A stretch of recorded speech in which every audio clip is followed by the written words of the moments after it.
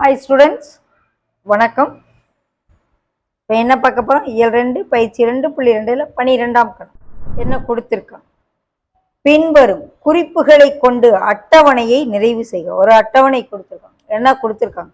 இதில் C1, C2, C3, C4, C5, C6, C7, C8, C8, 9 numbers கொடுத்து, இந்த C2க்கு நேரம் -5ன்னு மார்க் பண்ணியிருக்காங்க. C4க்கு நேரம் +6, C7க்கு நேரம் -7. மிச்சம் எல்லாம் பிளாங்காக இருக்குது. நம்மளை நிரப்ப சொல்கிறோம். முதல் குறையற்ற முழு எண், ஃபஸ்ட்டு முழு எண்ணில் ஆரம்பிக்கிற எண் 0. அது எதில் எழுதணும்? C1ல் எழுதணும். C3ல் தான் இருக்கு. இரண்டாம் குறை எண்ணின் எதிரன். முதல்ல ஒரு எண் கூட வரைஞ்சிடும். அப்போ ஈஸியாக இருக்கும் நமக்கு. இப்படி போகுது. இது மிகை, இது இந்த பக்கம் குறை குறிச்சுக்கிறோம். ஏன்னா அவங்க கொடுத்துருக்க குறிப்பை வச்சு எழுதணும்னா நமக்கு ஒரு எண் கோடு இருந்தால் தான் ஈஸியாக இருக்கும். ஓகே, முதல் குறையற்ற முழு எண். முதல் முழு எண் ஆரம்பிக்கிறது 0லேருந்து ஆரம்பிக்கும். ஸோ 0 போட்டாச்சு ஃபஸ்ட்டுக்கு. இரண்டாம் குறை எண்ணின், இரண்டாம் குறை எண் எது? -1 -2 இந்த இருக்கு. இரண்டாம் குறை எண்ணின் எதிரெண், அப்போ அது என்னது? +2. ஸோ அது இங்கே எழுதணும். இரண்டாம் குறை எண்ணின் எதிரெண், அதுதான்.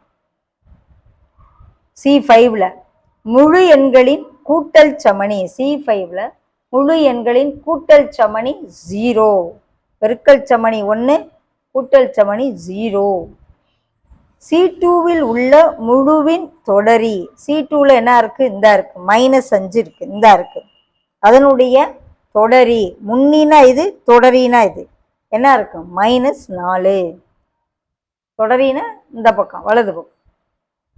C7ல் உள்ள முழுவின் முன்னி. C7ல் என்ன இருக்கு? -7 இருக்கு. -7ல் முன்னி என்ன? அப்ப இதுக்கு முன்னாடி என்ன இருக்கு? இது வந்து தொடரி, இதுக்கு தொடரினா அதாவது +ங்கேல இப்போ 1னுடைய தொடரி அப்படிங்கிற 2, இதனுடைய முன்னி 0ன்னு போடுவோம். இப்போ இதே போல -7ன் என்ன இருக்கு?